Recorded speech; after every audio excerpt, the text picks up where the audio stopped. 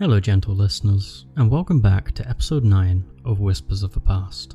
I'm your host, Josh, and today we're diving into one of the most epic and mysterious tales from Norse mythology, Ragnarok. The end of the world, the twilight of the gods. This story is filled with prophecy, cosmic battles, and the fate of the gods themselves. So, get comfortable, because we're about to unravel the threads of fate and explore how the ancient Norse envisioned the end of days. Ragnarok, which is often translated as the Doom of the Gods, is a key event in Norse mythology that marks the end of the world and the death of many of the major gods. Before we get to the epic showdowns between gods, I'd like to start with the prophecies. The story of Ragnarok is outlined in various sources, but the most detailed account comes from the Völuspá, a poem in the Poetic Edda. This is a collection of Norse myths compiled in the 13th century. The Völuspá begins with a seeress recounting the creation of the world and the eventual destruction that will follow. According to the prophecy, Ragnarok will be preceded by a series of events that signal the coming of the end. The first major sign is the death of Balder, the beloved son of Odin and Frigg. Balder's death is caused by Loki's treachery, as he tricks Balder's blind brother, Thor, into killing him with a mistletoe arrow. Balder's death sets off a chain of sorrow and grief among the gods, signaling the beginning of the end. The next sign is Fimbulwinter, which is a long and harsh winter that will last for 3 seasons without a single summer between. During this time, chaos will reign, brothers will fight each other, and the world will be plagued by strife and discord. The sun will be swallowed by the wolf's skull, and the moon by Hati, plunging the world into darkness. Then, 3 roosters will crow to announce the beginning of Ragnarok. The first, Thjalda, crows in the underworld to awaken the dead. The second, Gullinkambi, crows in Asgard to alert the gods. The third, a nameless rooster, crows in Jotunheim, the land of the giants, to rally them for battle. As the Fimbulwinter grips the world, the giant wolf Fenrir, who has been bound by the gods since his birth, will break free from his chains. Fenrir's escape is a harbinger of the chaos to come. With his monstrous strength, Fenrir will wreak havoc, and his ultimate goal is to devour Odin himself. The confrontation is one of the central events of Ragnarok. At the same time, the cosmic serpent Jormungandr, also known as the Midgard serpent, will rise from the ocean. Jormungandr is so large that his body encircles the earth, and when he emerges, it's said that the seas will rage, flooding the lands. This rise is one of the final signs that Ragnarok is imminent. Loki, the trickster god, also plays a crucial role in these events, after causing a great deal of trouble for the gods throughout his life. Loki will lead the giants, or Jotnar, in their assault against Asgard, the home of the gods. Loki's ship, Nagfar, which is made from the fingernails and toenails of the dead, will set sail with a crew of the deceased, heading towards the final battle. The Battle of Ragnarok is a cosmic clash that involves not just the gods and giants, but also the forces of chaos and destruction. The gods will fight valiantly, but they are fated to fall.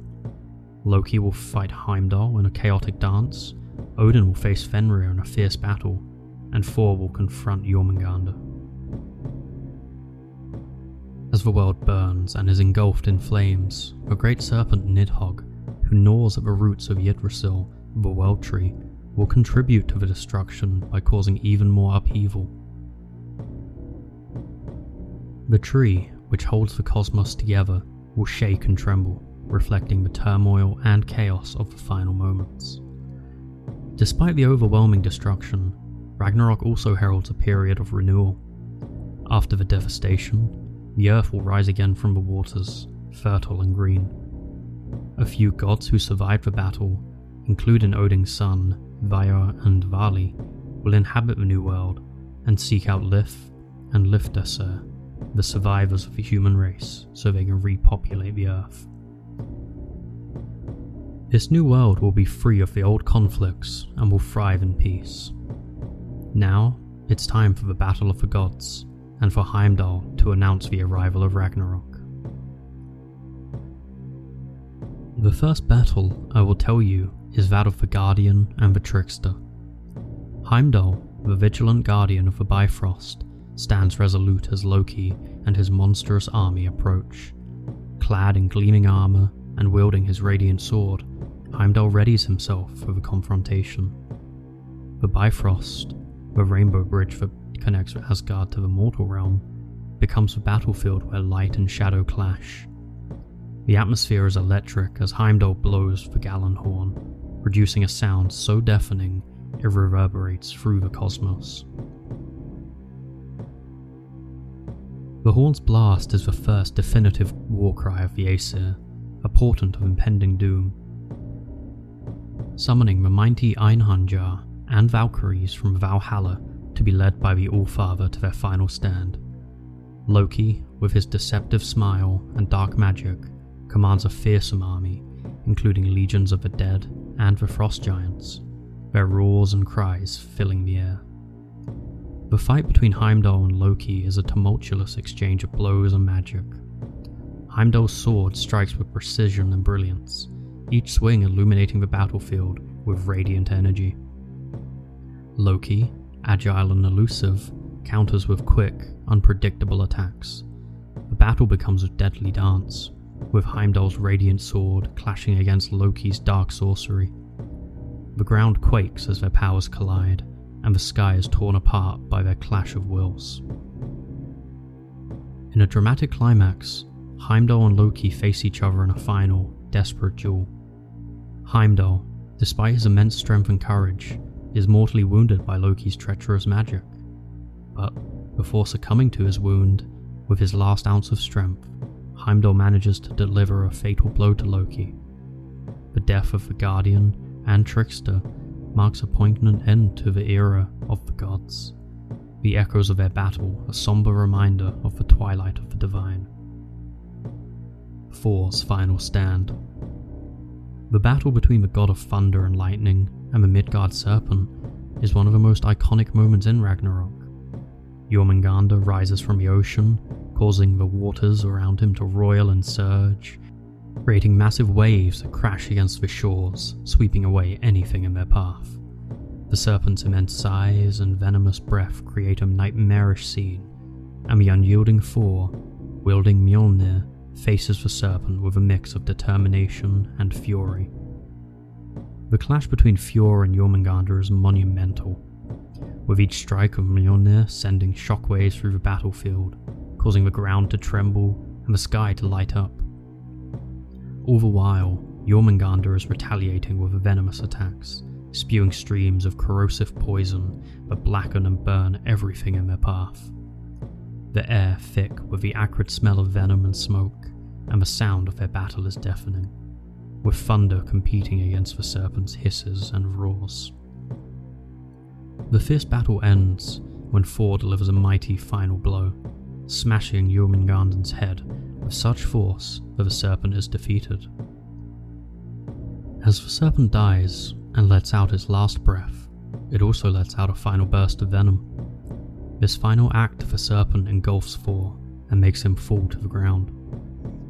As Thor lies on the battlefield, his mighty frame slowly succumbing to the lethal venom, the surrounding chaos begins to settle, leaving a haunting stillness in the wake of their cataclysmic struggle. The ground, now scorched and blackened by the serpent, is a stark contrast to the once vibrant landscape. Lightning still crackling in the sky, a fading echo of Thor's power. But as if the heavens themselves mourn the fall of the thunder god, the storm begins to subside. His hammer, Mjolnir, rests by his side, its once brilliant glow dimming, a symbol of both his strength and the sacrifice that has been made. As Thor breathes his last, the world seems to hold its breath, the significance of his death reverberating through the cosmos. The gods, witnessing the demise of one of their greatest champions, are left in a state of shock and sorrow.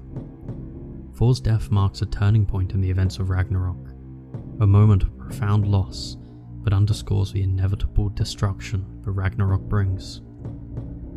Yet, even in death, Thor's legacy endures, his heroic stand against Jormungandr serving as a testament to his unyielding courage, and the relentless spirit of the gods in their fight against the encroaching darkness.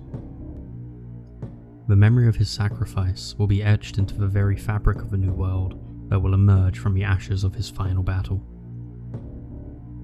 The Allfather's fight with Fenrir. Odin's confrontation with Fenrir is one of the most tragic and pivotal moments of Ragnarok, representing the climax of the gods' struggle against the forces of chaos.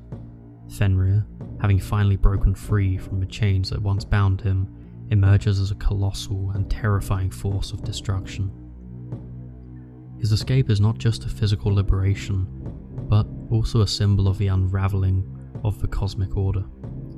As he charges across the battlefield, his every step sends shockwaves through the ground, causing Earth itself to tremble in fear.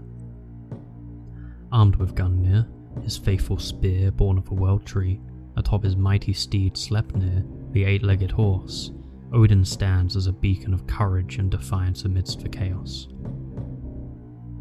Gungnir, forged with such precision that it never misses its mark, symbolizes Odin's unwavering determination to protect Asgard and uphold the order of the cosmos. Clad in his battle armor, glistening with the light of the gods, Odin commands his loyal warriors with a mix of gravitas and urgency. The clash between Odin and Fenrir is a display of raw power and divine will. Fenrir's colossal jaws, capable of crushing mountains and obliterating the strongest defenses, snap shut with terrifying force, the same unyielding tenacity that took the god Tyr's hand when they chained Fenrir up. Every bite of his jaws and swipe of his mighty claws sends tremors through the earth. While the air is filled with the thunderous howls of the beast, the ground beneath them is littered with debris, the remnants of the once proud structures and fallen warriors alike. The very fabric of reality seems to waver under the weight of their conflict. Odin, though formidable, is facing a foe of unprecedented strength. His combat style is a blend of strategic prowess and ferocious combat skill. He thrusts and slashes with Gungnir, each strike intended to pierce through Fenrir's defenses and drive the beast back. The spear's magical properties allow him to strike with unerring accuracy, but even Odin's formidable skills are tested to their limits. The clash of their powers create a tumultuous spectacle, with shockwaves rippling across the battlefield and lightning splitting the sky. As the bloodshed rages on, the gods and their followers rally around Odin, fighting valiantly to support him and stem the tide of chaos. However, Fenrir's sheer strength and relentless fury begin to turn the tide against the gods. With each passing moment, it becomes increasingly clear that Fenrir's power is overwhelming. Despite Odin's heroic efforts, the beast's relentless assault is too great for even the mightiest of gods to withstand. In a heart-wrenching culmination of the battle, Fenrir makes a final, ferocious lunge in one powerful, decisive motion. He swallows Odin whole. This act is not just a physical defeat, but a symbolic annihilation of divine order. Odin's fall is a grave turning point, marked by profound sorrow and loss, the echoes of his defeat reverberating through the heavens. The once vibrant and glorious battlefield grows eerily silent, save for the sounds of the ongoing conflict and the mournful cries of the gods and their followers. The very sky seems to mourn the loss of its greatest leader, darkening in reflection of the grief that envelops the Nine Realms. As the battle continues, the shock of Odin's fall is felt deeply by the gods and their allies. His absence leaves a void in the heavens, and the morale of the gods is shaken. The remaining forces, though still fighting, are marked by a sense of profound despair. The celestial realm, once filled with the light of Odin's leadership, is now cast in shadow, reflecting the dire circumstances and the near collapse of divine order. The tragic confrontation not only marks the end of Odin's reign, but also serves as a grim reminder of the inevitability of fate and the inescapable nature of Ragnarok. As the gods and their allies grapple with the loss of their leader, the battle presses on, with the remnants of Asgard and the forces of chaos locked in a final, desperate struggle. The battle between the serpent and the world tree. Nidhogg, the serpent who gnaws at the root of Yggdrasil, plays a crucial and destructive role in the unfolding chaos of Ragnarok. For ages, Nidhogg had quietly devoured the roots of the great world tree, but as the final days of the cosmos approach, the serpent's assault grows more frenzied and relentless. Yggdrasil, which has long connected the realm of gods, men, and the underworld, now groans under the strain. With each bite, the very foundation of existence weakens. As the ancient tree quakes, its towering branches sway ominously, casting long shadows over the battlefield below. The tension between Nidhogg and Yggdrasil is not just a physical conflict, but a symbolic one, representing the struggle between creation and destruction, order and chaos. As the serpent gnashes its fangs into the roots, the cosmic balance begins to falter. Cracks spread across the earth, opening chasms that seem to swallow the remains of civilizations. The skies above, once filled with the sounds of clashing gods and giants, darken with swirling clouds of smoke and ash, mirroring the turmoil below.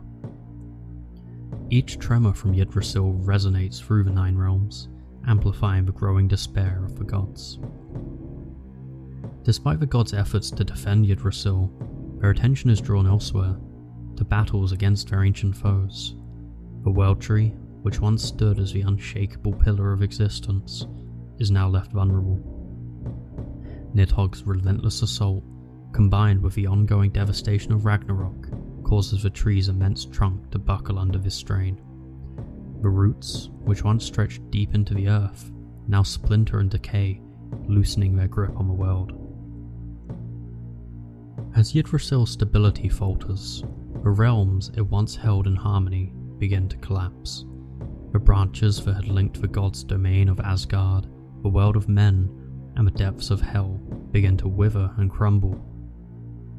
The interconnectedness of the universe is breaking apart as the cosmic tree nears its end. Yggdrasil's fate is tied to that of the entire cosmos, and as the serpent continues to gnaw at its roots, the universe itself teeters on the edge of oblivion, awaiting the final, inevitable collapse. The final battle of the fire giant, Surtur, and the remaining gods. Surtur, the towering fire giant, strides across the battlefield like a living embodiment of destruction. His sword, a blade of searing flame, blazing with an intensity that rivals the sun, lights up the smoke-choked sky as it slices through the defense of the gods. Every swing of Surtur's sword leaves a trail of burning devastation, its heat warping the air and setting ablaze all in its wake. The earth beneath his feet cracks and splinters, molten lava spilling from the wounds he inflicts upon the land itself.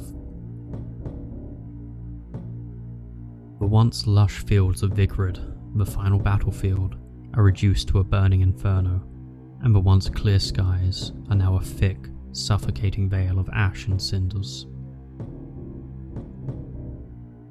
As Surtur's infernal legions advance, their fiery onslaught is relentless.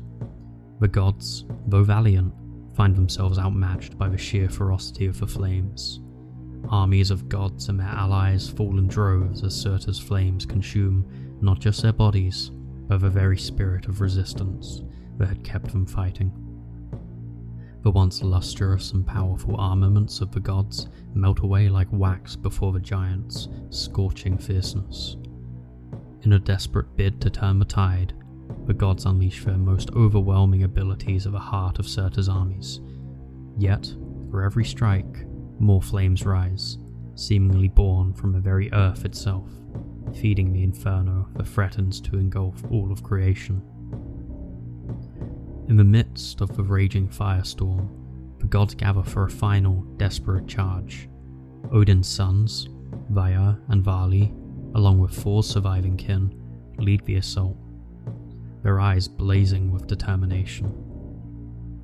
They know that this is the last stand, their final chance to stop Surtur before his flames consume the world, and so, together, they hurl themselves at the fire giant with everything they have left. But Surtur remains unmoved. Ever swinging his blazing sword, he carves through their ranks. Even as the survivors rally again and again, their efforts are no match for the firestorm that spreads across the battlefield, devouring the very ground beneath them.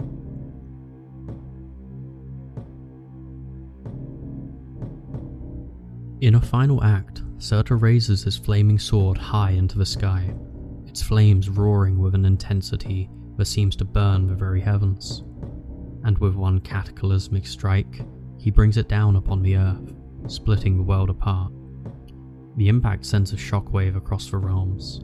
As mountains crumble and oceans boil, the once vibrant world is now little more than a desolate purgatory. The seas boil to steam, and the skies filled with the embers of a dying world. The god's last stand is over, and Surtur's flame continued to burn unchecked, reducing the old world to ashes. Yet, even as the world burns, there is a strange sense of finality and purpose to the destruction. The flames of Surtur, though devastating, also cleanse, purging the old world of its corruption and making way for something new. As the fires burn down to embers, the once chaotic battlefield is left silent, the end of an era marked by the smouldering ruins of what was once a world teeming with life. From the ashes, however, will rise the seeds of a new beginning, a rebirth forged in the flames of Ragnarok. The aftermath and rebirth. As the final battles wane and the last embers of the great fire begin to cool, the world is left in ruins. The battlefield of Vigrid is now a charred wasteland, with the decimated remains of the once great civilizations scattered across the land. The sky, once dark with smoke and fire, begins to clear, revealing a horizon of possibility. The survivors, including Odin's sons Vaja and Vali, look upon the devastation with a mix of sorrow and hope.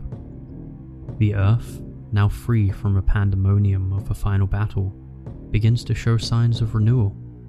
New vegetation starts to sprout from the ashes, and the waters recede, revealing a land ready for rebirth. The new world that emerges is a place of peace and harmony, free from the old conflicts and strife. The surviving gods, along with the human couple Lif and Lifdrasir, repopulate the earth and build a new civilization on the foundations of the old. The landscape, once a fiery wasteland, transforms into a lush and fertile land full of promise and potential. The skies, once darkened by the fires of destruction, are now clear and bright, symbolizing the dawn of a new era. This tale of destruction and rebirth encapsulates the Norse worldview, where the end of one era leads to the beginning of another. It reminds us of the perpetual cycle of change and renewal, even in the face of overwhelming adversity. Thank you for joining me on this journey through one of the most compelling myths of Norse tradition. If you enjoyed this episode of Whispers of the Past, check out some of my other episodes, and don't forget to subscribe and leave me a comment, or send me an email to whispersofthepast@gmail.com. And of course, stay tuned for more deep dives into the stories that shaped our past. See you next time.